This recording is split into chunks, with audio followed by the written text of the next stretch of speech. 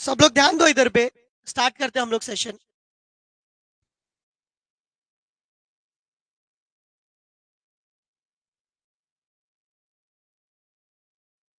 Book open करके रखो, कुछ पॉइंट इंपॉर्टेंट रहेगा तो लिख के लेना नोटबुक में, ठीक है ना। सो डेटा एब्स्ट्रैक्शन तुम लोग को पता है, अभी इसमें दो क्वेश्चन आता है। डेटा एब्स्ट्रैक्शन करके भी आता है और 3 टायर आर्किटेक्चर करके भी आता है, 3 लेवल आर्किटेक्चर करके भी आता है। बच्चों सुनो ना, डेटा एब्स्ट्रैक्शन क्या रहता है? Hiding complexity of data. मतलब अगर देखोगे तो एसी जो है ना, एसी में कूलिंग कैसे हो रहा है वो तुमको दिखता है क्या? क्यों नहीं दिखता है? क्योंकि तुमको उसका फायदा नहीं है दिखा के, सही कि नहीं? तो वो लोग क्या दिखाते हैं तुमको कि अभी टेम्परेचर कितना है, अभी टेम्परेचर कितना है, ये दिखाते हैं, सही कि नहीं? तो वो तुम्हारे काम का है। तो जो कॉम्प्लेक्सिटी है वो लोग ने क्या किया, उसको हाइड करके रखा है, ठीक है ना। इसको क्या बोलते हैं? डेटा एब्स्ट्रैक्शन बोलते हैं। क्या बोलते हैं इसको? Data abstraction. Data abstraction 3 level में डिवाइडेड है, मतलब बेसिकली फिजिकल लेवल है, लॉजिकल लेवल है और व्यू लेवल है। फिजिकल लेवल मतलब क्या? डेटा कैसे स्टोर हो रहा है, आता हूँ। डेटा कैसे स्टोर हो रहा है उसको क्या बोलते हैं? Logical level. डेटा कैसे डेटा कहाँ पे स्टोर हो रहा है, ये क्या है? Physical level. डेटा कहाँ पे स्टोर हो रहा है, क्या है? Physical level. लॉजिकल मतलब क्या? डेटा किस तरीके से स्टोर हो रहा है, वो क्या हो जाएगा? Logical level. डेटा दिख क्या रहा है, वो क्या हो जाएगा? View level. जैसे 3 लेवल्स है, ठीक है ना। डेटा के कितने लेवल्स है? 3 लेवल्स है। ये 3 लेवल में डिवाइड करने को क्या बोलते हैं? डेटा एब्स्ट्रैक्शन बोलते हैं। क्या बोलते हैं इसको? फिर नेक्स्ट क्वेश्चन जो है वो क्या है? इंस्टेंस है। इंस्टेंस मतलब क्या? कोई भी पॉइंट ऑफ टाइम पे तुम्हारे डेटाबेस का स्टेज क्या है, उसको इंस्टेंस बोलते हैं। The data stored in the database at a particular movement of time. कोई भी पर्टिकुलर मूवमेंट ऑफ टाइम पे जो डेटाबेस में डेटा है उसको क्या बोलेंगे? इंस्टेंस। क्या बोलेंगे उसको? कोई भी पर्टिकुलर मूवमेंट पे जो डेटा डेटाबेस में स्टोर्ड है उसको क्या बोलेंगे? इंस्टेंस बोलेंगे। क्या बोलेंगे उसको? इंस्टेंस। जैसे अगर कॉलेज का डेटाबेस है तो उसके अंदर वो टाइम पे कितने स्टूडेंट्स का डेटा स्टोर्ड है, वो क्या हो जाएगा? उस टाइम का इंस्टेंस। क्या हो जाएगा? उस टाइम का इंस्टेंस। डेटाबेस का एडवांटेज क्या है? डेटा मतलब डीबीएमएस का एडवांटेज क्या है? रिडेंडेंसी निकालता है। वो क्या निकालता है? वो रिडेंडेंसी निकालता है, कंसिस्टेंसी बढ़ाता है, सिक्योरिटी इंक्रीज करता है, प्राइवेसी बढ़ाता है, इजी टू एक्सेस है, रिकवरी जल्दी होता है, फ्लेक्सिबिलिटी है। रिडेंडेंसी मतलब तुम्हारे वो एक्सेल का फाइल रहेगा, उसके अंदर तेरा नाम 10 बार है तो कुछ डुप्लीकेशन निकल सकता है क्या उसमें? नहीं निकल सकता ना। 10 बार रहेगा तो भी कुछ फर्क नहीं पड़ेगा। मगर वर्ड में मतलब डीबीएमएस में पता चल जाएगा। अगर तेरा नाम 10 बार है तो मतलब डुप्लीकेट वैल्यू को इग्नोर कर सकता है। तुम लोग ने यूनिक की पढ़ा है ना? क्या करता है यूनिक की? यूनिक वैल्यू ही रखता है, डुप्लीकेट अलाउ करता है क्या? एक्सेल में ऐसा कुछ है क्या? नहीं है। एक्सेल में डुप्लीकेट होगा तो उसको रिडेंडेंसी बोलते हैं। यहाँ पे रिडेंडेंसी क्या हो जाएगा? यहाँ पे रिडेंडेंसी रिड्यूस हो जाएगा। यहाँ पे रिडेंडेंसी क्या हो जाएगा? रिड्यूस हो जाएगा। समझा ना? ये नॉर्मलाइजेशन के टाइप है। बेसिकली नॉर्मलाइजेशन क्या करता है पता है क्या? तुम्हारे बड़े डेटाबेस को छोटे डेटाबेस में डिवाइड करता है। बड़े डेटाबेस को नहीं, बड़े टेबल को छोटे टेबल्स में डिवाइड करता है। क्यों करता है ये? एक ही टेबल में पूरा डेटा अगर स्टोर करोगे ना तुम लोग, तो प्रॉब्लम क्या होगा कि डुप्लीकेट डेटा आएगा, डेटा इनकंसिस्टेंट रहेगा। तो ये कंसिस्टेंट बनाने का काम किसका है? नॉर्मलाइजेशन का। नॉर्मलाइजेशन करने के लिए 4 वेज है। चार, ये मतलब ये 4 वेज है, मतलब बेसिकली 5 वेज है। कौन से? 1NF, 2NF, 3NF, BCNF और 4NF करके, ठीक है ना। तो ये वेज है जिसके थ्रू नॉर्मलाइजेशन कर पाते। नॉर्मलाइजेशन किया तो डेटा क्या हो जाएगा? डेटा प्रॉपर हो जाएगा। डेटा क्या हो जाएगा? उसका कंसिस्टेंसी मेंटेन रहेगा और डेटा प्रॉपर हो जाएगा। ये इजी टू एक्सेस बोल सकते हैं, उससे डेटा फास्ट मिलेगा। नॉर्मलाइजेशन कर लिया ना तो डेटा फास्ट एक्सेस कर पाओगे तुम लोग, स्पीड बढ़ जाएगा उसका, है ना। इधर पे नहीं देना है, पर 4 मार्क्स का जो रहेगा उसमें देना रहेगा, बताता हूँ ना वो भी। 4 मार्क्स वाले के लिए भी बताता हूँ। ये समझा क्या? टाइप समझा ना कौन सा है? तो हम लोग 2 मार्क्स वाले नहीं करते, हम लोग डायरेक्टली 4 मार्क्स वाले पे जाते हैं। क्योंकि 2 मार्क्स वाले वैसे भी 5 ही क्वेश्चन रहेंगे, वो तुम कर पाओगे खुद से, ठीक है ना। 4 मार्क्स वाले पे डायरेक्टली जाते हैं।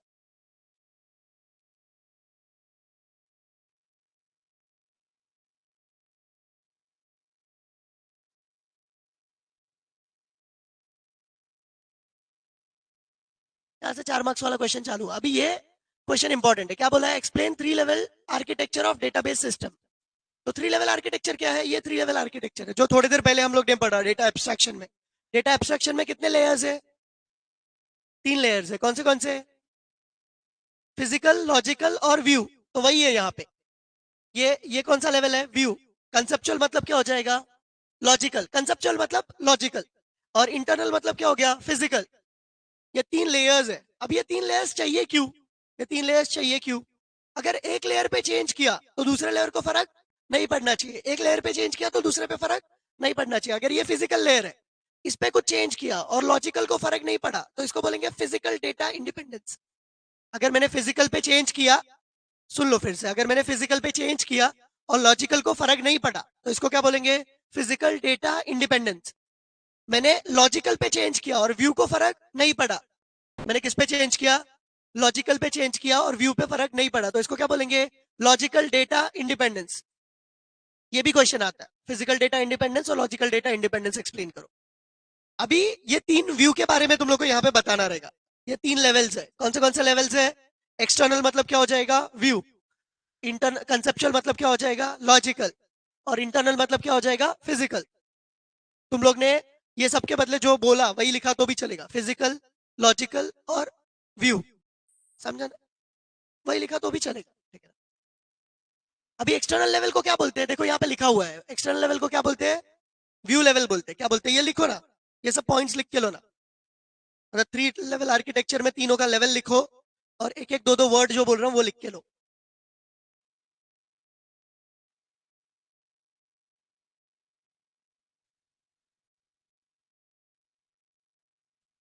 Three level architecture of DBMS आएगा क्वेश्चन।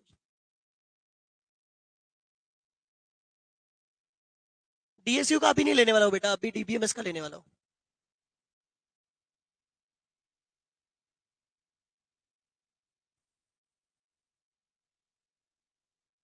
तो व्यू में, व्यू लेवल पे, एक्सटर्नल लेवल पे क्या रहता है? एक्सटर्नल लेवल को और क्या बोलते हैं? व्यू लेवल बोलते हैं, ठीक है ना?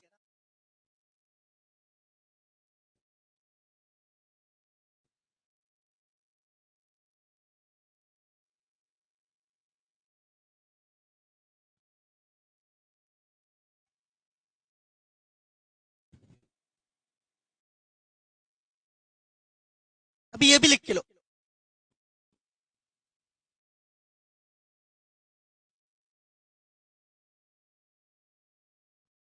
ये भी लिख के लो। अभी जो व्यू लेवल पे, उसको ये पता रहने का जरूरत नहीं है कि डेटाबेस का स्ट्रक्चर कैसा है, वो कैसे स्टोर कर रहा है। उसको ये, user does not need to know the database schema detail such as database का स्ट्रक्चर या टेबल का structure. User is only concern about data. इतना ही लिखो।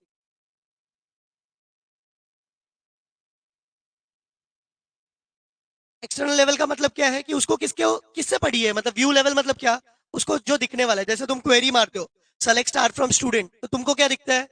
टेबल दिखता है ना? कैसे स्टोर हुआ है उससे तुमको फर्क पड़ता है क्या? कहां पे स्टोर हुआ है उससे फर्क पड़ता है क्या? तो तुम कौन सा लेवल यूज कर रहे हो? एक्सटर्नल। तो वही यहाँ पे लिखा हुआ है, user does not need to know the database schema details such as database structure table definition. Schema मतलब जैसे उसका स्ट्रक्चर है उसको स्कीमा बोलते हैं। मतलब तूने क्रिएट टेबल का जो ये लिखा, क्वेरी लिखा, तो उसका जो स्ट्रक्चर बनेगा उसको स्कीमा बोलते हैं।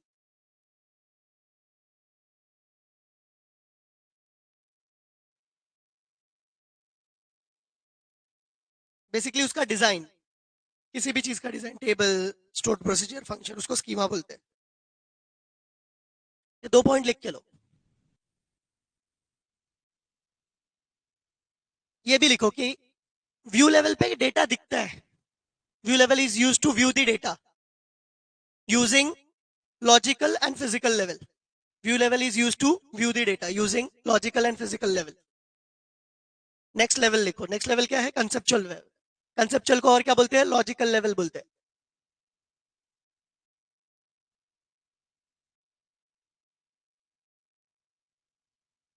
अभी कंसेप्चुअल लेवल में ये लिख लो, the whole design of the database such as relational relation among the data, schema of the data are designed in this level। Basically यहाँ पे स्ट्रक्चर रहता है। लॉजिकल लेवल पे क्या रहेगा? कैसे स्टोर हो रहा है या क्या स्ट्रक्चर है उसका, वो सब लॉजिकल लेवल पे रहेगा। समझा ना?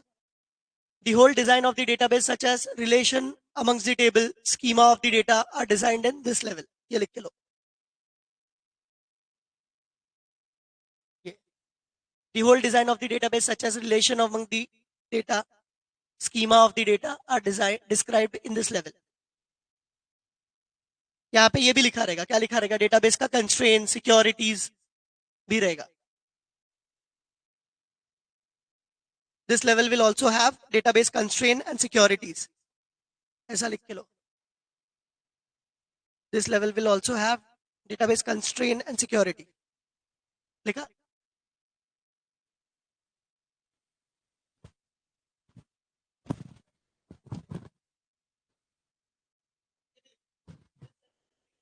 ये लेवल जो लॉजिकल लेवल है वो कौन मेंटेन करता है, डीबीए मेंटेन करता है. कौन मेंटेन करता है, डेटाबेस एडमिनिस्ट्रेटर बोलते हैं उसको. ये लेवल कौन मेंटेन करता है, डीबीए. इंटरनल लेवल मतलब क्या रहता है, फिजिकल लेवल. फिजिकल लेवल में कि कहां पे डेटा स्टोर हो रहा है वो आता है. This level describe how data is stored in the storage device. कैसे डेटा स्टोर कर रहे हैं स्टोरेज डिवाइस पे. This level is responsible for allocating space. मतलब ये लेवल पे क्या डिफाइन करेंगे, डेटाबेस को कितना जगह मिलेगा वो सब ये लेवल पे डिफाइन करेंगे. तो ये लिख के लो.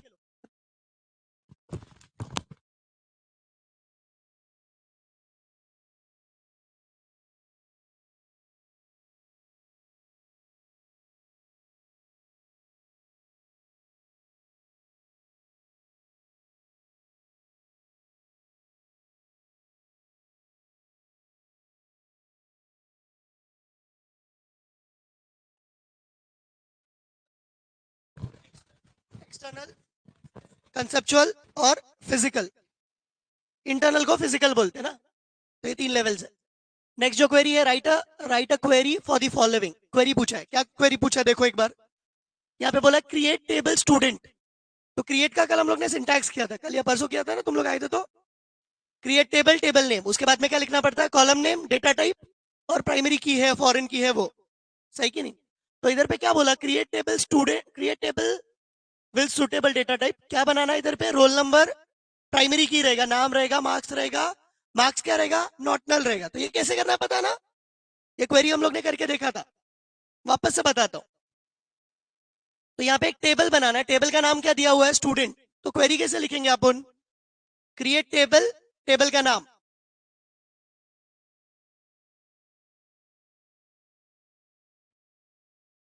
किसने बोला, देखो ना इधर पे टेबल क्या बनाना है, क्रिएट टेबल स्टूडेंट. अभी मेरा पहला कॉलम कौन सा है, यहाँ पे पहला कॉलम कौन सा दिया, रोल नंबर. तो रोल नंबर लिख लिया. रोल नंबर का डेटा टाइप क्या रहेगा, इंट रहेगा. रोल नंबर का डेटा टाइप क्या रहेगा, इंट.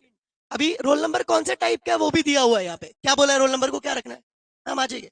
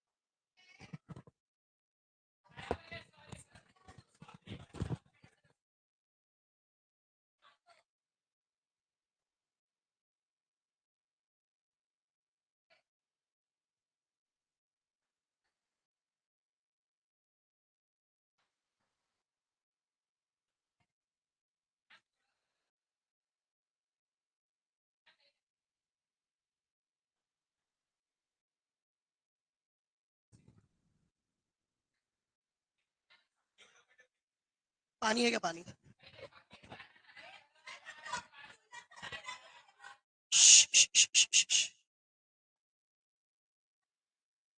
मारा मारी मत कर लो तुम लोग।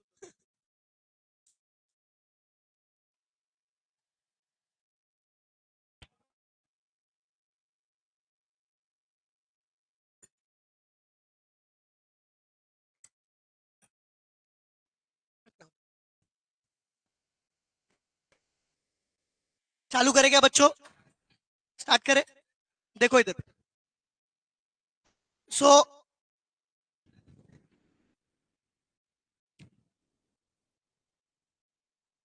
मैडम, मैडम दरवाजा बंद कर दो। सब लोग देखो इधर पे, स्टार्ट करते हम लोग। नहीं मत, कुछ जरूरत नहीं है, बैठ जा। नहीं नहीं कोई जरूरत नहीं ना, बैठना क्या करेगा। सो हम लोग का पहला पहला जो बच्चों पीछे वाले आवाज मत करो।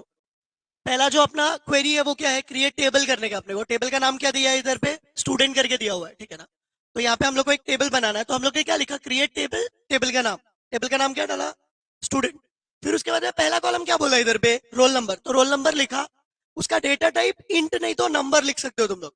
नंबर 10,2 दोनों में से कुछ भी लिखा तो भी चलेगा, जरूरत नहीं है। इंट डाला तो पैरामीटर डालने का जरूरत नहीं है, नंबर लिखा तो लिखना पड़ेगा 10,2 वैसा। फिर यहाँ पे क्या लिखा हम लोग ने? नंबर करके लिखा। प्राइमरी की लिखा। क्यों लिखा प्राइमरी की? क्योंकि यहाँ पे स्पेसिफाइड है, ठीक है ना। उसके बाद में दूसरा कॉलम कौन सा बोला है? नेम। नेम को हम लोग ने क्या लिखा है? वेयर केयर, और ब्रैकेट में 30 दिया। 30 के बदले 50 लिखा, 100 लिखा, कोई फर्क नहीं पड़ेगा, कुछ भी लिख दो चलेगा। अभी नेम के आगे लिखा है क्या कि नॉट नल रखना है? नहीं लिखा। नेम को लिखा है क्या नॉट नल रखना है? सुनो ना, नेम के आगे नॉट नल लिखना रखा है क्या? नहीं रखा। तो ये नहीं लिखा तो भी चलेगा।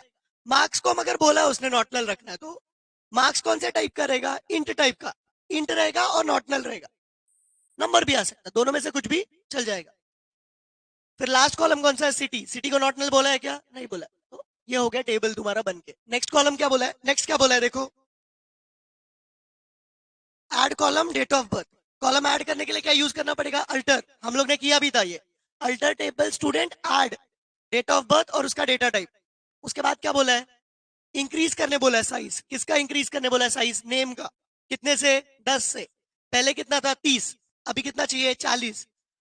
इंक्रीज करने के लिए या डिक्रीज करने के लिए मॉडिफाई यूज करना पड़ता है, तो क्या लिखेंगे हम लोग? Alter table student modify. किसको मॉडिफाई करना है? आगे क्या लिखेंगे उसका? वेर केयर और ब्रैकेट में 40। नेक्स्ट बोला है रीनेम करने को। रीनेम कैसे करते हैं टेबल को? समझा नहीं है? नेक्स्ट क्वेश्चन लेते हैं। Right and explain this syntax for creating dropping index. ये किया है हमने। इंडेक्स कैसे बनाते हैं हम लोग? क्रिएट इंडेक्स, इंडेक्स का नाम, ऑन टेबल का नाम और ब्रैकेट में कॉलम्स। क्रिएट इंडेक्स, इंडेक्स का नाम, ऑन टेबल का नाम, ब्रैकेट में कॉलम। लास्ट लेक्चर में भी किया था ना ये। ड्रॉप कैसे करते हैं इंडेक्स को? ड्रॉप इंडेक्स, इंडेक्स का नाम, ऑन टेबल का नाम, ऑन टेबल का नाम, कॉलम नहीं डालना पड़ता, ऑन टेबल का नाम। समझा ना ये? इंडेक्स में दो टाइप है, कौन से? सिंपल और कंपोजिट। कंपोजिट में कितने कॉलम्स रहते हैं? वन से ज्यादा, एक से ज्यादा कॉलम्स रहते हैं। जहां पे हम लोग ने यहाँ पे देखो, यहाँ पे लिखा हुआ है 2 कॉलम दिया है ना, तो ये कौन से टाइप का हो जाएगा? कंपोजिट टाइप हो जाएगा। तो आगे बताऊं क्या? नेक्स्ट वाले पे जाते हैं। अभी ये है, ये बताता हूँ। आज हम लोग ने किया ना रिवर्स नंबर को प्रिंट करने का प्रोग्राम, ये टाइम पे भी किया था, बताने की जरूरत नहीं है ना। नेक्स्ट क्वेश्चन पे जाते फिर। ये भी हम लोग ने किया था, डिस्टिंग्विश बिटवीन भी किया था। ये भी किया था हमने। Explain any 4 string function. String function कौन सा है? पता है ना ये? लोअर क्या करेगा? लोअर में कन्वर्ट करेगा। जो भी ब्रैकेट में डाला वो लोअर में कन्वर्ट करेगा। अपर क्या करेगा? जो भी ब्रैकेट में डाला उसको अपर में कन्वर्ट कर देगा। फिर यहाँ पे एल ट्रिम है। एल ट्रिम क्या करेगा? लेफ्ट साइड से ट्रिम करेगा। लेफ्ट साइड से ट्रिम करेगा। देखो लेफ्ट साइड से मैंने क्या लिखा हुआ है ट्रिम करने को? यूनी। तो ये जो यूनिवर्सिटी है उसमें से क्या निकल जाएगा? यूनी निकल जाएगा। समझ में आया क्या? आर ट्रिम लिखा तो कौन से साइड से होगा? राइट साइड से। ये भी किया है हमने, लास्ट लेक्चर में किया है ये। लेंथ क्या देगा? लेंथ देगा। कॉनकैट क्या देगा? दो स्ट्रिंग को जोड़ेगा। ये सब पता है ना? एल पैड आर पैड भी पता है। लेफ्ट साइड में पैडिंग होगा, राइट साइड में पैडिंग होगा। ये लेते हैं एक्सेप्शन हैंडलिंग लेते हैं। एक्सेप्शन हैंडलिंग क्या रहता है पता है क्या? कि तुमने प्रोग्राम लिखा, मतलब तुम प्रोग्राम के क्या मतलब एरर, तुम बाइक चला रहे हो, ठीक है ना, बाइक या कार चला रहे हो, अचानक से बीच में कोई तो आ गया, तो क्या करोगे तुम? ब्रेक लगाओगे। ब्रेक लगाओगे तो क्या होगा? या तो ब्रेक लग के वो बचेगा या तो नहीं बचेगा। नहीं बचा मतलब क्या हो गया? एक्सेप्शन हो गया और तुमने उसको हैंडल नहीं कर पाए। और बच गया मतलब क्या हो गया? एक्सेप्शन हैंडलिंग हो गया। समझा क्या? एक्सेप्शन मतलब अनएक्सपेक्टेड कंडीशन है जिसकी वजह से एरर आएगा। वो बीच में आ गया, वो अनएक्सपेक्टेड था ना, पता था क्या आने वाला है? नहीं पता था, अनएक्सपेक्टेड था, और वो आ गया, उसकी वजह से एक्सीडेंट हो गया, ठीक है ना। तो अनएक्सपेक्टेड कंडीशंस को की वजह से तुम्हारा प्रोग्राम अगर एब्रप्टली बंद होता है तो इसको एक्सेप्शन बोलते हैं। एक्सेप्शन क्या रहता है? अनएक्सपेक्टेड कंडीशन की वजह से तुम्हारा प्रोग्राम जो बंद होता है उसको क्या बोलते हैं? एक्सेप्शन। जावा वाला और ये वाला सेम ही है, कुछ अलग नहीं है, सेम ही है, डिक्टो सेम है, खाली सिंटैक्स अलग है। सिंटैक्स में भी क्या है, यहाँ पे वेंदेन है, यहाँ पे क्या है? वेंदेन। वेंदेन कैसे वर्क करता है वो भी बोलता हूँ। डिक्लेयर तो हर एक में रहता है। तुम लोग पीएल मतलब पीएलएसक्यूएल का कोड लिखोगे तो ये लिखना ही पड़ता है, declare section. Exception section exception ये है, ऑप्शनल है। क्या है वो? ऑप्शनल का मतलब क्या? लिखा तो भी चलेगा, नहीं लिखा तो भी चलेगा। कैसे लिखते हैं एक्सेप्शन? ये भी लास्ट लेक्चर में किया था हमने, लास्ट के लास्ट लेक्चर में किया था, मेरे को याद है, वेंदन किया था। फिर वेंदन एक्सेप्शन का ही पार्ट है। मैंने ये भी बोला था कि when you study you will pass, when you don't study you won't pass. तो व्हेन क्या है? वो कंडीशन है, समझा ना। तो एक्सेप्शन, एक्सेप्शन एक कीवर्ड है, उसके बाद में कैसे लिखा जाता है? When then. व्हेन के बाद में क्या लिखा जाता है? एक्सेप्शन का नाम। देन में क्या लिखा जाता है कि अगर वो एक्सेप्शन आया तो क्या करना है, क्या करना है। तो व्हेन एक्सीडेंट हुआ तो देन में क्या लिखा जाएगा? हॉस्पिटल लेके जाओ। व्हेन एक्सीडेंट नहीं हुआ तो उधर से निकल जाओ। हाँ ना?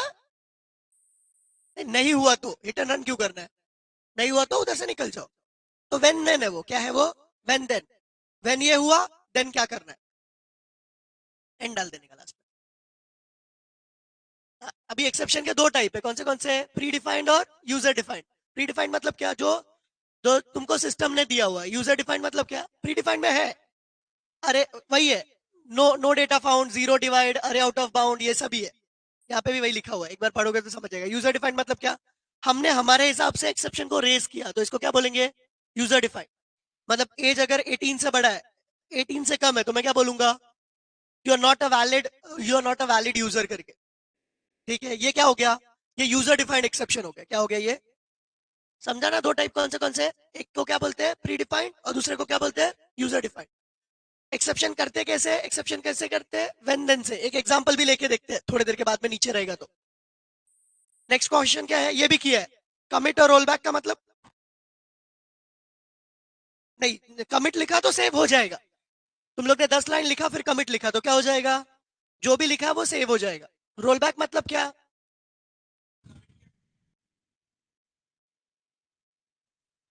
मतलब सिंपल एग्जांपल देता हूं मैं। अगर समझो तुम लोग ने जीपे पे पैसा भेजा किसी को, तो क्या होगा?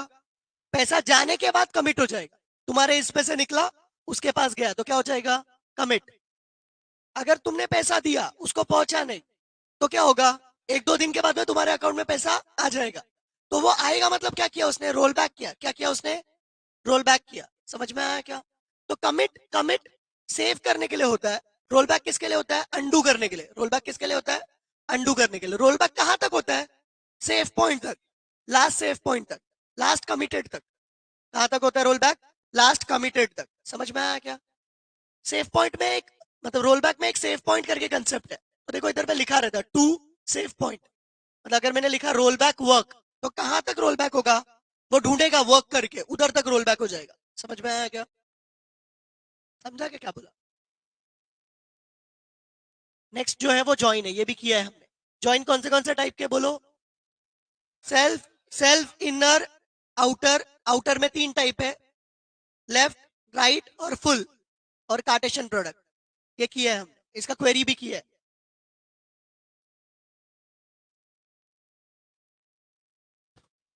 एक्सप्लेन फंक्शन इन पीएलएसक्यूएल, ये बताता हूँ। अभी फंक्शन क्या रहता है पता है क्या? पीएलएसक्यूएल में दो कंसेप्ट है, एक को बोलते हैं स्टोर्ड प्रोसीजर, दूसरे को बोलते हैं फंक्शन। तो फंक्शन क्या रहता है पता है क्या? फंक्शन नॉर्मल जो अपना फंक्शन है वही है ये। फंक्शन क्या रहता है? Set of instruction to do a task and it is reusable. मगर यहाँ पे फंक्शन वैल्यू रिटर्न करता ही करता है, यहाँ पे फंक्शन वैल्यू रिटर्न करता ही करता है। जावा में ऐसा जरूरी है क्या? नहीं है।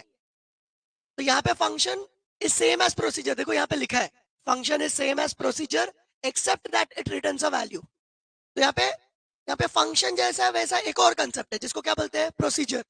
प्रोसीजर वैल्यू रिटर्न भी कर सकता है और नहीं भी कर सकता है, पर फंक्शन क्या करेगा? वैल्यू रिटर्न करेगा ही करेगा, फंक्शन वैल्यू रिटर्न करेगा ही करेगा, ये मैंडेटरी है। फंक्शन क्रिएट कैसे करते हैं? क्रिएट फंक्शन, फंक्शन का नाम। कैसे फंक्शन क्रिएट करते हैं? क्रिएट फंक्शन, फंक्शन का नाम। उसके बाद में क्या लिखेंगे? उसके बाद में पैरामीटर्स लिखेंगे। अभी पैरामीटर 3 टाइप के, पैरामीटर कितने टाइप के? दोनों के लिए 3 टाइप के पैरामीटर है, फंक्शन के लिए भी और स्टोर्ड प्रोसीजर के लिए भी। इन, आउट, इन, आउट। पैरामीटर कितने टाइप के? 3 टाइप के। कौन कितने टाइप के बोलो? कौन से कौन से? इन का मतलब क्या? इनपुट लेने के लिए। आउट का मतलब क्या? आउटपुट देने के लिए। इन आउट का मतलब क्या? इनपुट भी ले सकते हैं और आउटपुट भी दे सकते हैं। समझ में आया क्या? पैरामीटर कितने टाइप के बोलो? नहीं, वैसा नहीं, वैसा नहीं। कोई कोई पैरामीटर है जो खाली इनपुट के लिए काम आने वाला है, तो उसको क्या रखेगा तू? इन। कोई पैरामीटर है जिसको तेरे को देने का, यूजर को देने का काम होने के बाद, तो उसको क्या रखेगा? आउट। कोई पैरामीटर वैसा है जो इनपुट आउटपुट दोनों के लिए काम आने वाला है, तो क्या रखेगा उसको? In out. समझा क्या? मैं इधर पे चला, मैं इधर पे यहां से लेके यहां तक चला, तो इसको पैरामीटर मिला रहेगा ना, वो इनपुट रहेगा। उसने जो दिखाया वो क्या रहेगा? आउटपुट रहेगा। कोई एक पैरामीटर वैसा रह सकता है जो इनपुट के लिए भी सेम हो और आउटपुट के लिए भी सेम हो, इसको क्या बोलेंगे? In out. तो पैरामीटर कितने टाइप के बोलो? कौन से कौन से? दोनों के लिए। किसके लिए? कौन दोनों? फंक्शन और स्टोर्ड प्रोसीजर। किसके लिए?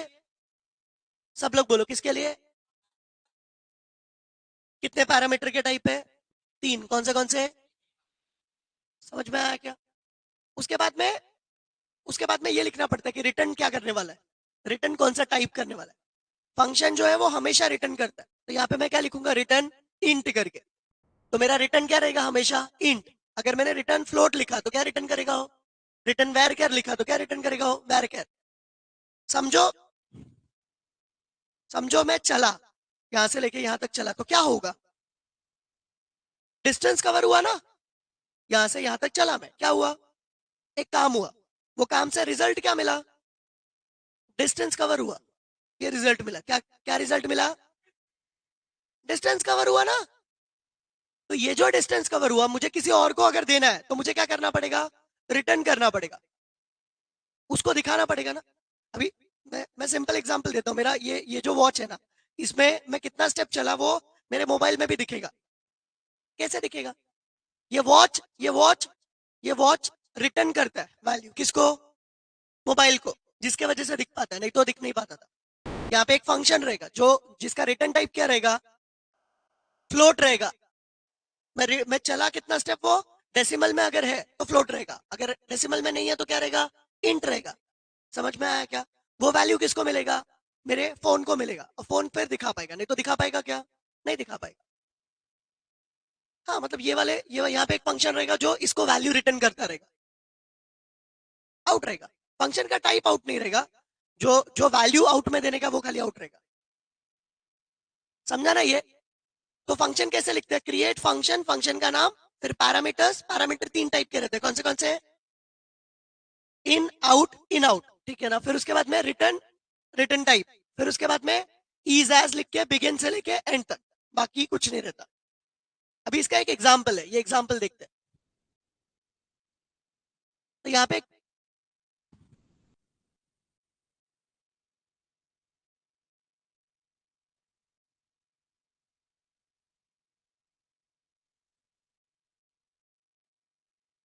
यहाँ पे देखो एक फंक्शन लिखा है, ये फंक्शन का नाम क्या है? क्रिएट और रिप्लेस फंक्शन। फंक्शन का नाम है सक्सेस काउंट करके, सक्सेस काउंट करके फंक्शन का नाम क्या है? ये रिटर्न क्या करने वाला है? नंबर रिटर्न करने वाला, मतलब न्यूमेरिक वैल्यू रिटर्न करेगा। क्या रिटर्न करेगा? ये न्यूमेरिक वैल्यू। यहाँ पे क्या लिखा? इज, एक वेरिएबल लिया, वेरिएबल का नाम क्या है? CNT, काउंट करके वेरिएबल है, जिसका डेटा टाइप क्या है? नंबर। जिसका डेटा टाइप क्या है? नंबर। उसको कितने साइज का? वो 7, मतलब कितने डिजिट का हो सकता है वो? 7। 7 का मतलब 1 रखा रहता तो फर्क पड़ता क्या? नहीं पड़ता, 2 रखा रहता तो भी फर्क नहीं पड़ता। उसका इनिशियल वैल्यू क्या दिया, इनिशियल वैल्यू 0 दिया, साइज उसका 7 का, मतलब 7 डिजिट का हो सकता है। बिगिन में क्या लिखा है, select count into CNT from candidate where result equals to pass. तो ये क्या निकालेगा, ये वैसे स्टूडेंट्स का डिटेल निकालेगा, वैसे स्टूडेंट का काउंट देगा जिसके रिजल्ट में क्या होगा, पास। अगर वैसे 50 स्टूडेंट है तो काउंट में क्या मिलेगा, 50। वो 50 किस में जाएंगे, सीएनटी में। किस में जाएंगे, सीएनटी में। अभी रिटर्न हम क्या करेंगे, सीएनटी को रिटर्न कर देंगे। देखो यहाँ पे रिटर्न में क्या लिखा है, नहीं नहीं, रिटर्न सीएनटी करना मतलब ये जो फंक्शन है ये दूसरे को काउंट देगा, वो यूज कर सकता है, दूसरा फंक्शन यूज कर सकता है काउंट। समझ में आया क्या, रिटर्न सीएनटी लिखा मतलब ये क्या रिटर्न करेगा, काउंट का वैल्यू।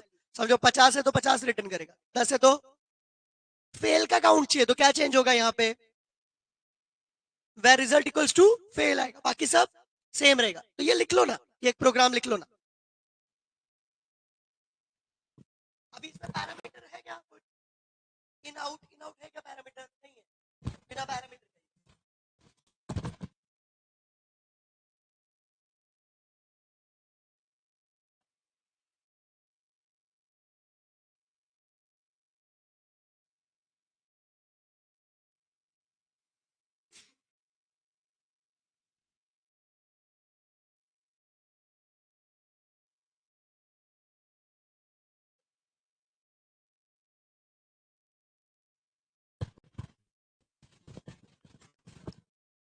तो थ्री लेवल आर्किटेक्चर भी हम लोग ने पढ़ा, थोड़ी देर पहले ही पढ़ा, तो वो बताने का जरूरत है क्या, ये पढ़ा ना।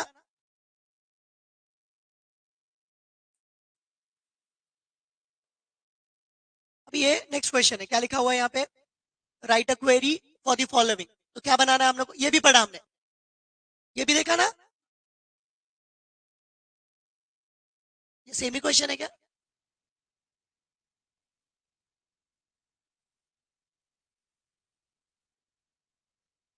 ये हम लोग को नहीं पता। ये 4 याद कर लो, रट्टा मार लो, 4 या 5 क्या, ये रट्टा मार लो 4-5, ठीक है ना, ये आता है एग्जाम में, ठीक है ना, पक्का आता है। मतलब ये याद रख लो, physical data independence, logical data independence, ये तुमको पता भी है, ठीक है ना। भाई फिजिकल डेटा इंडिपेंडेंस मतलब हार्डवेयर चेंज है, लॉजिकल डेटा इंडिपेंडेंस मतलब क्या, स्ट्रक्चरल चेंज है। फिर इंटीग्रिटी इंडिपेंडेंस मतलब क्या, कुछ चेंज हुआ तो उसमें फर्क नहीं पड़ना चाहिए। ग्रुप बाय क्लॉज भी लास्ट लेक्चर में बताया था ना, नहीं बताया था, बताया था। भाई देखो ग्रुप बाय क्लॉज क्या रहता है पता है क्या, समझो मुझे ना स्टैंडर्ड वाइज कितने स्टूडेंट है वो उसका काउंट चाहिए, मुझे क्या चाहिए, फर्स्ट ईयर में कितने स्टूडेंट है, सेकंड ईयर में कितने स्टूडेंट है, थर्ड ईयर में कितने स्टूडेंट है, इसका काउंट चाहिए। कैसे मिलेगा, कैसे मिलेगा, अपना स्टूडेंट करके टेबल है, उसके अंदर एक कोर्स करके कॉलम है जिसमें FY SY TY ऐसा लिखा है। अभी काउंट कैसे मिलेगा, फर्स्ट ईयर में कितने हैं, सेकंड ईयर में कितने हैं, थर्ड ईयर में कितने हैं। सेलेक्ट सेलेक्ट क्या करूंगा मैं,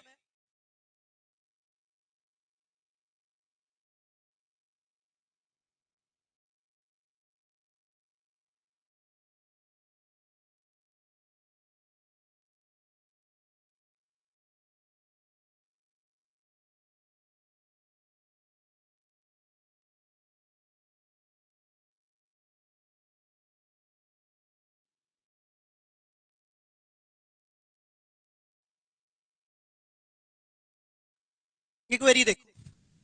अभी जब भी हम लोग ग्रुप बाय यूज करते हैं ना, एग्रीगेट फंक्शन यूज करना कंपलसरी है। जब भी हम लोग क्या यूज करते हैं, ग्रुप बाय यूज करते हैं, तो एग्रीगेट फंक्शन यूज करना कंपलसरी है। एग्रीगेट फंक्शन कौन से है, सम, एवरेज, मिन, मैक्स, काउंट, माइनस नहीं है, सम एवरेज मिन मैक्स काउंट, कौन सा वापस बोलो, कौन सा फिर से बोलो। इसको क्या बोलते हैं, एग्रीगेट फंक्शन, क्या बोलते हैं इसको, एग्रीगेट फंक्शन। तो जब भी हम लोग ग्रुप बाय यूज कर रहे हैं ना, तो एग्रीगेट फंक्शन यूज करना कंपलसरी है। तो यहाँ पे मैंने क्या लिखा, सेलेक्ट कोर्स, एग्रीगेट फंक्शन मतलब क्या करेगा, मल्टीपल वैल्यू का सिंगल वैल्यू देगा। मैंने काउंट स्टार डाला तो क्या मिलेगा मेरे को, काउंट स्टार डाला, select count star from student, तो क्या मिलेगा? कितने लोग है उसका काउंट मिलेगा, सब डेटा नहीं मिलेगा। कितने लोग है उसका क्या मिलेगा? काउंट। मैंने डाला select max salary from employ, तो क्या मिलेगा? मैक्सिमम एम्प्लॉय में से किसका मैक्सिमम सैलरी है वो मिलेगा। तो पूरे डेटा में से सिंगल वैल्यू मिलेगा, सही कि नहीं? तो यहां पे मैंने क्या डाला? काउंट क्या बोला मैंने? कोर्स को। तो क्या काउंट करता है ये? कोर्स का काउंट देता। यूनिक कोर्स का काउंट कितना है? तो अगर 4 रहेगा तो क्या देगा? 4 देगा। मगर मेरे को कोर्स का काउंट कैसे चाहिए? कोर्स का काउंट नहीं चाहिए, कोर्स में कितने स्टूडेंट है उसका काउंट चाहिए। तो अगर 10 स्टूडेंट है, 10 स्टूडेंट है, 4 IF, 4 फर्स्ट ईयर वाले, तो काउंट मेरे को क्या मिलना चाहिए? FY4, SY4, TY2। समझा क्या? तो कोर्स में मतलब ग्रुप बाय लिखने की वजह से क्या होगा पता है क्या? ग्रुप बाय लिखने की वजह से क्या होगा पता है क्या? टेबल में से यूनिक वैल्यू मिल जाएंगे। तो यूनिक वैल्यू क्या मिलेंगे? FY, SY और TY। ये यूनिक वैल्यू किसका है? कोर्स का। अब क्या करेगा वो? FY का काउंट मारेगा। FY पे काउंट मारेगा तो कितना मिलेगा उसको? 4। SY पे काउंट मारेगा तो कितना मिलेगा? 4। क्यों क्यों काउंट मारेगा? क्योंकि क्या लिखा है यहाँ पे? काउंट करने लिखा है। क्या करने लिखा है? ग्रुप बाय करने से क्या मिलता है पता है क्या? Unique value. ग्रुप बाय करने से क्या मिलता है? तो यूनिक वैल्यू क्या है कोर्स में? समझा क्या? अब मेरे को क्या चाहिए उसका? उस यूनिक वैल्यू का क्या चाहिए? काउंट चाहिए। तो यहाँ पे क्या मिल जाएगा? 442। ऐसे ही तुम लोग कोरोना में देखते रहोगे कि मुंबई में कितने कोरोना के पेशेंट हैं, बैंगलोर में कितने हैं, मतलब अलग अलग जगह पे कितने, वो आता था। तो वहां पे भी क्या होता था? Group by. क्या होता था वहां पे? Group by. किसके बेसिस पे होता था ग्रुप बाय? सिटी के बेसिस पे। सिटी के बेसिस पे ग्रुप बाय होता था, सही कि नहीं? तो उसके लिए क्वेरी अगर लिखना है तो कैसे लिखेंगे? सेलेक्ट सिटी, कॉमा करके क्या लिखेंगे? कॉमा करके क्या लिखेंगे? काउंट सिटी फ्रॉम पेशेंट्स,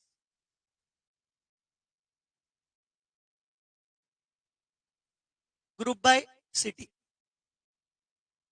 देखो तुम लोग को ग्रुप बाय में एक याद रखना पड़ेगा, जो ग्रुप बाय में यूज किया ना उसके ऊपर ही एग्रीगेट लगेगा, और वही कॉलम सेलेक्ट में भी रहेगा। तो एकदम इजी है, कुछ भी ग्रुप बाय बोलना यही वे में लिखा जाएगा, कोई भी ग्रुप बाय बोलने दो। अगर ग्रुप बाय एज के हिसाब से चाहिए, मुझे पता करना है कि अपने क्लास में कितने एज के कितने बच्चे, मतलब 18 साल के कितने हैं, 19 साल के कितने हैं, 20 साल के कितने, तो मैं क्या लिखूंगा? Select age comma count age from student, group by age. अब एज में से मेरे को खाली 17 एज वाले चाहिए। एज में से मेरे को कौन सा? एज में से मेरे को कौन सा चाहिए? 17 एज वाले। तो यहाँ पे वेयर नहीं रहता, यहाँ पे वेयर के बदले हैविंग यूज होता है। ग्रुप बाय में क्या यूज होता है? हैविंग। तो क्या लिखूंगा मैं? जैसे ये सिटीज है, सिटीज है। अब सिटीज में से मेरे को किसका काउंट चाहिए? खाली मुझे मुंबई सिटी का काउंट चाहिए। तो मैं क्या लिखूंगा? ग्रुप बाय सिटी, फिर क्या लिखूंगा? Having city equals to Mumbai. और ये 100% क्वेश्चन आएगा ग्रुप बाय का, हर एक में यही पैटर्न रहेगा, कुछ चेंज नहीं होगा। तो ये लिख के लो, एग्जाम्पल लिख के लो। यहाँ पे वेयर के बदले क्या यूज होता है? यहाँ पे वेयर के बदले क्या यूज होता है? हैविंग। तो ग्रुप बाय में देखो, यहाँ पे देखो जैसे लिखा है, अभी यहाँ पे सेलेक्ट एवरेज सैलरी लिखा है, select average salary from employee details group by department. तो यहाँ पे डिपार्टमेंट नंबर नहीं दिखाएगा, तो उससे समझेगा क्या? देखो ये जो क्वेरी लिखा है, ये जो क्वेरी लिखा है, यहाँ पे क्या दिखाएगा? वो खाली एवरेज सैलरी दिखाएगा डिपार्टमेंट नंबर के हिसाब से। तो एवरेज सैलरी 4 दिखा दिया, कौन से डिपार्टमेंट का, वो समझेगा क्या? नहीं समझेगा। तो यहाँ पे क्या लिखना चाहिए था? कॉमा करके DEPT भी लिखना चाहिए था। क्यों लिखना चाहिए था? डिपार्टमेंट के आगे उसका एवरेज सैलरी रहना चाहिए ना, नहीं तो समझेगा ही नहीं कौन से डिपार्टमेंट का एवरेज सैलरी है। तो हमेशा जो ग्रुप बाय में है ना वो सेलेक्ट में होना ही चाहिए, हमेशा जो ग्रुप बाय में है वो सेलेक्ट में होना ही चाहिए, नहीं तो कंफ्यूजन होगा, नहीं तो ग्रुप बाय लिखने का फायदा ही नहीं होगा। यहाँ पे डिपार्टमेंट नंबर डाल दिया, ठीक है। ऑर्डर बाय का मतलब पता है ना तुमको? असेंडिंग डिसेंडिंग में अरेंज करता है, वो बताने का जरूरत है क्या? नेक्स्ट क्वेरी लेते हैं, ये इंपॉर्टेंट है।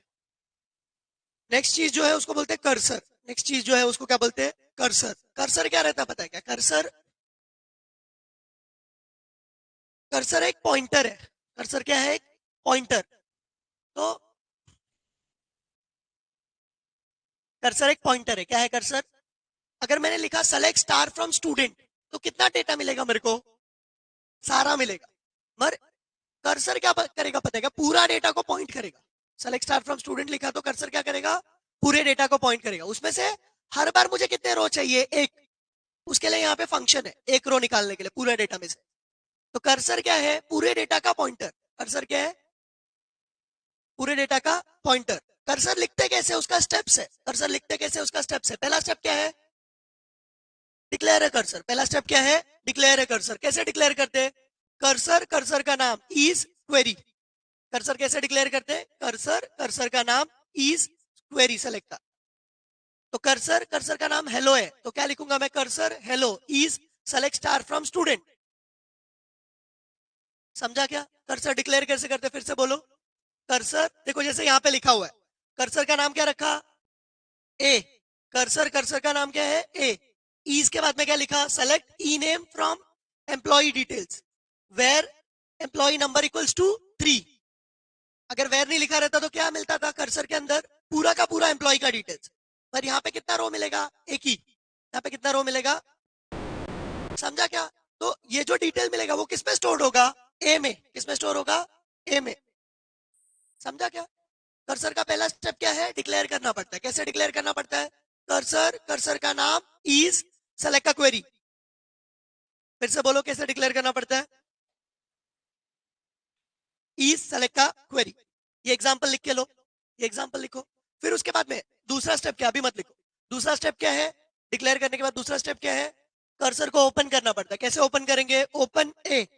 कर्सर का नाम क्या है अपने? ए, तो क्या लिखेंगे? ओपन ए। तीसरा स्टेप क्या है?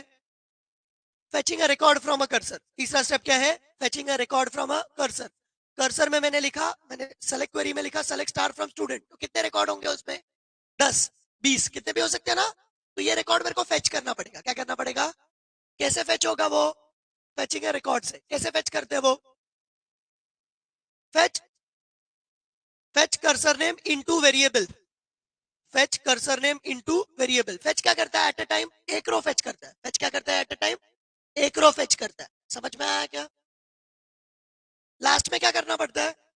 क्लोजिंग अ कर्सर। लास्ट में क्या करना पड़ता है? तो क्या लिखेंगे? क्लोज ए। तो चार स्टेप कौन से हैं? डिक्लेयरिंग, ओपनिंग, फेच और close. Declaring, opening, fetch, close. लिख लो ये। डिक्लेयरिंग, ओपनिंग, फेच, क्लोज लिख के लो ये आता है और एकदम इजी है ये। स्टूडेंट्स को हार्ड लगता है क्योंकि कभी सुना नहीं है कर्सर, इसलिए ये आता है एग्जाम में। हाँ, क्या है? क्या लिखा हुआ है?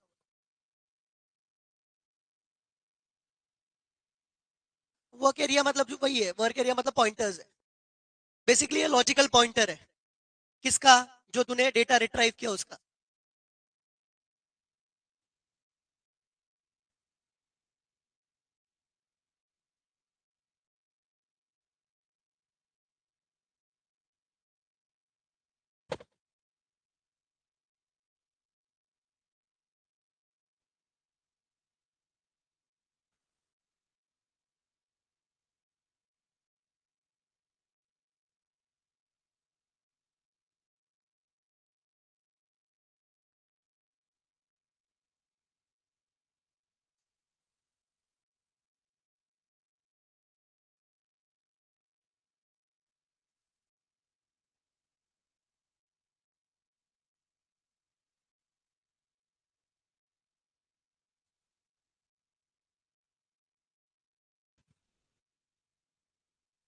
आगे का बोलू? लिखा क्या? नीचे का भी लिख लिया? अरे ये सब लिखना है उसमें नालायक को। एग्जाम्पल लिखा क्या? ये वाला, ये वाला, फेच का एग्जाम्पल, नीचे का एग्जाम्पल लिखा क्या? पक्का लिखा क्या? अभी देखो ये नहीं लिखा। ठीक है, तुम्हारे पास पीडीएफ है क्या?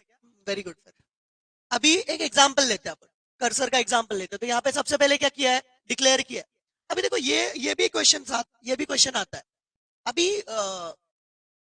मुझे एक एक एक कॉलम का डेटा टाइप चाहिए। मुझे एक टेबल के एक कॉलम का डेटा टाइप चाहिए, तो कैसे मिलेगा? अभी नेम करके वेरिएबल है, नेम के आगे अपने को उसका डेटा टाइप लिखना पड़ता है ना, नेम के आगे डेटा टाइप लिखना पड़ता है ना। तो डेटा टाइप नहीं दिया यहाँ पे क्या बोला, नेम का डेटा टाइप क्या होगा, यहाँ पे क्या बोला, नेम का डेटा टाइप क्या होगा, एम्प्लॉय डिटेल करके टेबल है, उसके ई नेम का डेटा टाइप होगा। वापस से इधर पे देखो सब लोग, नेम करके वेरिएबल डिक्लेयर किया है, यहाँ पे क्या बोला, नेम के आगे क्या लिखा है, एम्प्लॉय डिटेल टेबल का नाम है, ई नेम क्या है, कॉलम का नाम, और पर्सन टाइप से क्या मिलता है, उसका डेटा टाइप, किसका डेटा टाइप मिलेगा, ई नेम का, और वो किसको मिल जाएगा फिर, नेम को। तो ई नेम का अगर डेटा टाइप समझो वैरकर 30 है, तो नेम का डेटा टाइप क्या हो जाएगा, वैरकर 30। ये तरीका है, क्या क्या करने का तरीका है ये, डेटा टाइप देने का किसी कॉलम का। तो ये लिखो ना, ये एक लाइन लिखो, ये एक लाइन लिखो।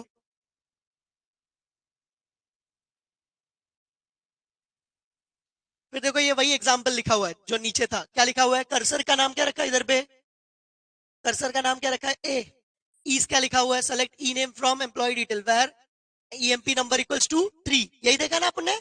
फिर उसके बाद में क्या किया, बिगिन में क्या किया, ओपन किया कर्सर को, फिर लूप लिखा है।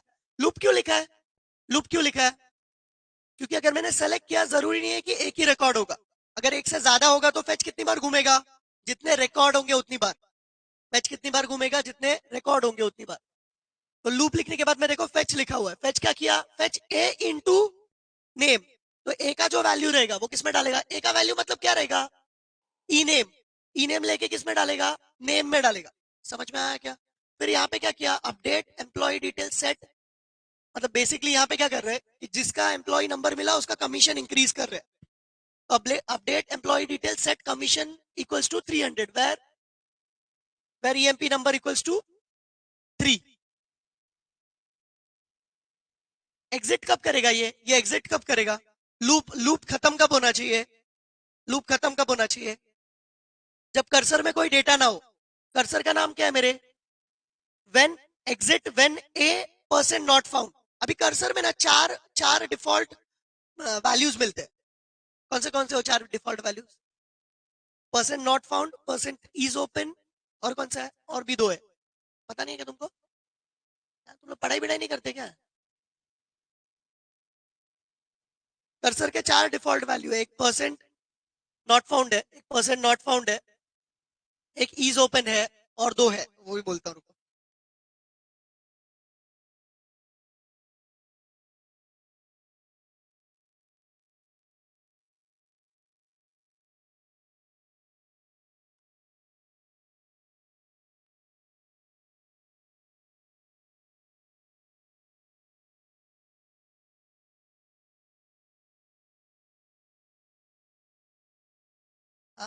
परसेंट लिखो ना, क्या क्या चार वैल्यू है लिखो ना, वो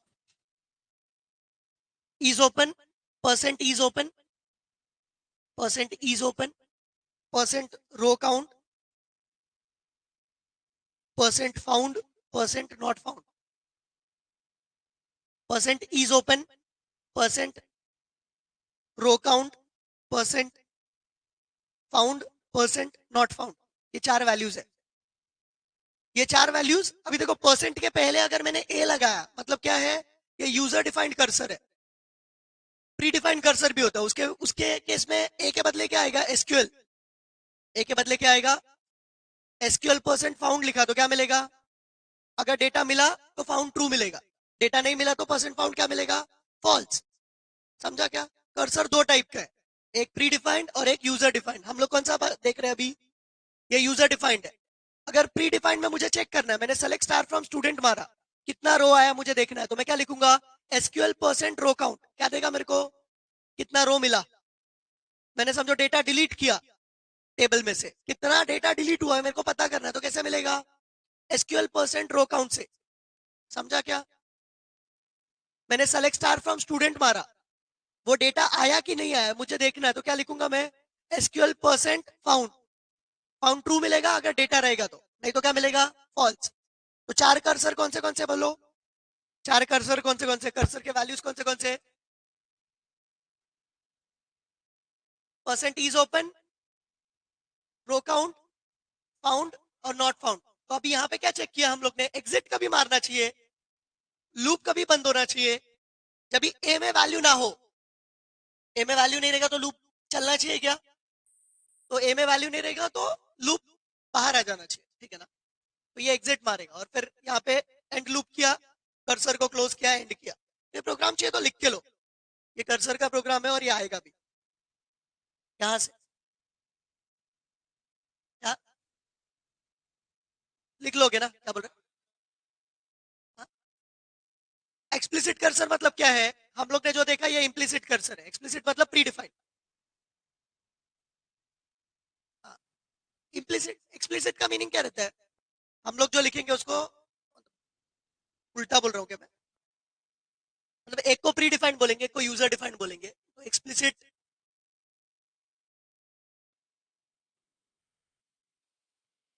है ना जावा में। एक्सप्लिसिट क्या रहेगा? एक्सप्लिसिट का मीनिंग देखता हूँ।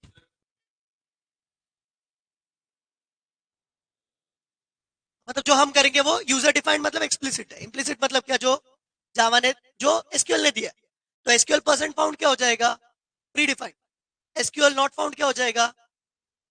नहीं, एसक्यूएल डाला मतलब predefined. SQL found predefined, SQL not found predefined, SQL row count percent row count predefined, SQL percent is open predefined, a percent is open क्या हो जाएगा? User defined. A percent not found क्या हो जाएगा? क्योंकि a user defined cursor है, मैंने बनाया वैसा, समझा ना। तो दो टाइप का है, प्री डिफाइंड और यूजर डिफाइंड। एक्सप्लिसिट मतलब क्या है? Pre defined. User defined. Explicit का मतलब ही वही है कि जो हमने किया, एक्सप्लिसिटली किया ना वैसा। एक्सप्लिसिटली का मतलब ही वही है। रुको, एक्सप्लिसिटली का एग्जैक्ट मीनिंग क्या है?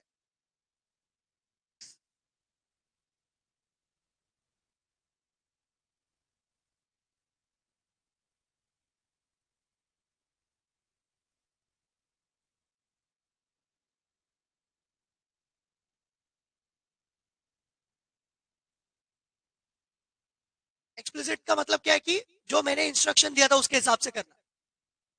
उसका मतलब क्या है? User defined. समझा ना। इम्प्लिसिट मतलब क्या? खुद से हो जाएगा। एसेट प्रॉपर्टीज आता है ना, ये आएगा एग्जाम में। ये भी आता है एग्जाम में। ये भी आता है एग्जाम में। क्या लिखा हुआ है? ये भी आता है एग्जाम में। क्या है ये? Explain any four responsibility of database administrator.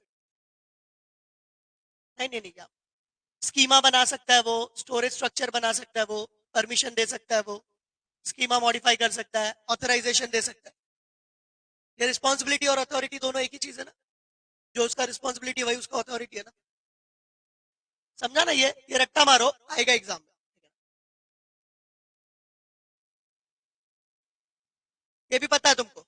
पता है ना प्राइमरी की क्या रहता है, यूनिक की क्या रहता है, बताने का जरूरत है क्या?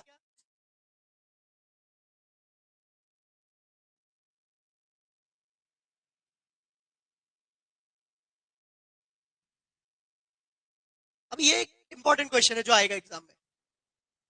इसको ट्रिगर बोलते हैं। क्या बोलते हैं इसको? ट्रिगर। ट्रिगर क्या रहता है, किसी को पता है क्या? अपन ये क्वेश्चन लेते हैं फिर खत्म करते हैं। क्या रहता है ट्रिगर, बोलो। हाँ मतलब वो जो ट्रिगर है वो क्या करता है? वो इवेंट होने के बाद फायर होता है, सही कि नहीं? मतलब तुम ट्रिगर कब दबाओगे? जब तुम्हें गुस्सा आ गया तो। अक्षय सर कैसे ट्रिगर हो जाते हैं तुम लोग के वजह से? कुछ इवेंट होता है इसके वजह से ट्रिगर हो जाते हैं वो। ऐसी थोड़ी ट्रिगर होता है। हाँ, मतलब वही। तो ट्रिगर क्या रहता है बताइए? ट्रिगर वैसे ही है, वो कुछ इवेंट के बाद चलता है, ठीक है ना। ट्रिगर क्या है? कुछ इवेंट के बाद चलने वाला कोड, उसको ट्रिगर बोलते हैं, ठीक है ना। तो अभी ट्रिगर ट्रिगर जो है ना, ट्रिगर का सिंटैक्स देखो कैसा है। ट्रिगर क्रिएट कैसे करते हैं? क्रिएट ट्रिगर, ट्रिगर का नाम। ट्रिगर तीन चीजों के ऊपर फायर होता है। समझो मैंने इंसर्ट किया, अपडेट किया या डिलीट किया, इसके बाद या इसके पहले ट्रिगर फायर हो सकता है। ट्रिगर कब फायर हो सकता है? क्रिएट, इंसर्ट, अपडेट, ये तीन स्टेटमेंट फायर होने से पहले या बाद में। अभी चाहिए क्यों ट्रिगर? तुमने समझो, मैंने मैडम को ऑफिस में रखा काम के लिए, ठीक है ना। मैडम को ऑफिस में काम के लिए रखा, मैडम आई, पहले दिन स्टूडेंट से फीस लिया और डाला कि 10,000 आ गया। दूसरे दिन अपडेट कर दिया कि 5,000 आया था। तो मैडम ने क्या किया इधर पे? 5,000 खपची। नहीं ऐसा बता रहा हूँ, एग्जाम्पल एग्जाम्पल। तो मैडम ने 5,000 फीस अपडेट कर दिया। तो यहाँ पे क्या होता है बताइए? यहाँ पे ट्रिगर का काम आता है। ट्रिगर हर टाइम पे एक लॉग बनाएगा, जब भी डेटा अपडेट होगा तो वो लिखेगा। क्या लिखेगा? पहले 10,000 था, मैडम ने 5,000 कर दिया, अब हम ये देखेंगे तो हमें समझ जाएगा ना, मैडम से पूछेंगे मैडम क्यों अपडेट किया आपने।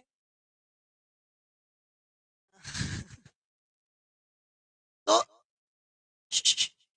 तो ये बेसिकली ट्रिगर किसके लिए यूज होता है, तुम्हारा लॉगिंग के लिए यूज होता है। किसके लिए यूज होता है, लॉग करने के लिए। कोई भी एक्टिविटी है उसको लॉग करने के लिए ट्रिगर यूज होता है ना। तुम लोग ने डेटा अपडेट किया तो पहले डेटा क्या था, अभी डेटा क्या है, वो तुम ट्रिगर में डाल सकते हो।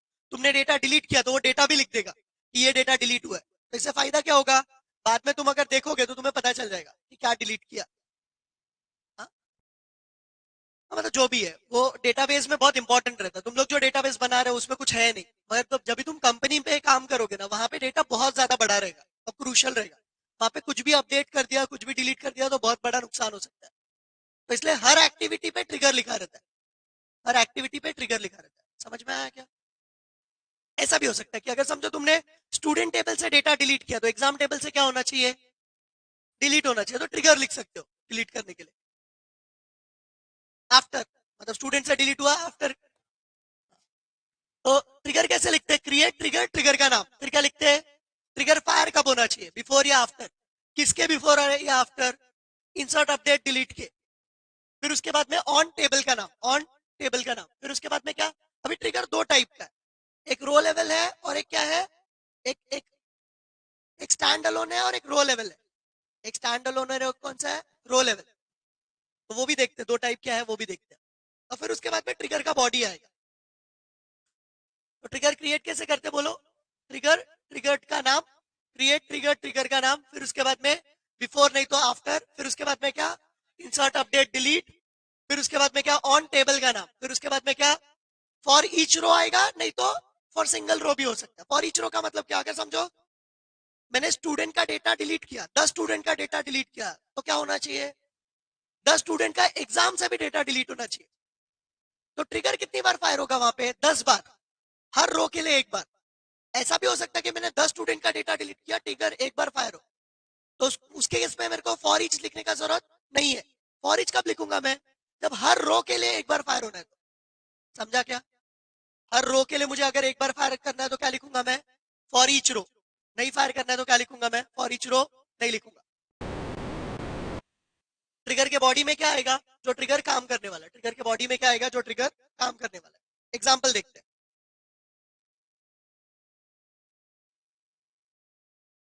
तो देखो यहाँ पे एक ट्रिगर बना है, ट्रिगर का नाम क्या लिखा, क्रिएट ट्रिगर, क्या लिखा है, स्टूड मार्क्स करके। क्या लिखा है ट्रिगर का नाम, स्टूड मार्क्स। फिर क्या लिखा हुआ है उसको, बिफोर इंसर्ट, कब क्रिएट, कब फायर होगा ये ट्रिगर, इंसर्ट होने से पहले। कौन से टेबल पे, स्टूडेंट। फिर क्या लिखा हुआ है, for each row, set student का टोटल इक्वल्स टू स्टूडेंट का subject 1 plus subject 2 plus subject 3 plus comma percentage, ये सब वैल्यू सेट कर रहा है वो, ठीक है ना।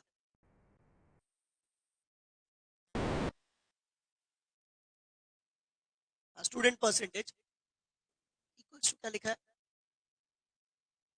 मतलब ये पहले टोटल सेट किया, फिर क्या सेट किया, स्टूडेंट का परसेंटेज सेट किया। कैसे सेट किया उसको, स्टूडेंट का टोटल डिवाइड बाय स्टूडेंट का टेबल, स्टूडेंट का टोटल इंटू 60 डिवाइड बाय 100 करके किया। तो उसका बेसिकली यहाँ पे दो चीज निकाला है। क्या निकाला है, एक टोटल मार्क्स निकाला और क्या निकाला है, परसेंटेज निकाला। क्या निकाला इधर पे, टोटल मार्क्स और परसेंटेज। एंड बिट नहीं किया क्या इसको, आधा ही लिखा है इसने। इसके बाद में एंड आएगा, मतलब यहाँ पे बिगिन एंड वो सब भी आएगा, प्रॉपरली लिखा नहीं है एक बार। तुमको समझा ना ट्रिगर में कैसे लिखना पड़ता है, क्रिएट ट्रिगर, ट्रिगर का नाम, बिफोर इंसर्ट, ऑन टेबल का नाम, फॉर ईच रो, फिर इसके बाद में ना यहाँ पे एंड आएगा। बीच वाला पार्ट कुछ भी हो सकता है, ये वाला पार्ट कुछ भी हो सकता है। ये मतलब क्या है, जो हमें करना है, बॉडी जो हमें करना है, वो डिपेंड करता है तुम्हारे सिनेरियो के ऊपर, तुम्हें क्या करना है उसके ऊपर, ठीक है ना। तो आज के लिए काफी है इतना, नेक्स्ट लेक्चर में इसके आगे का अपन देखेंगे, ठीक है ना। और तुम लोग पढ़ो भी, हाँ, परसों से होगा। पढ़ना चालू करो, जितना पढ़ोगे उतना बेटर है अभी से।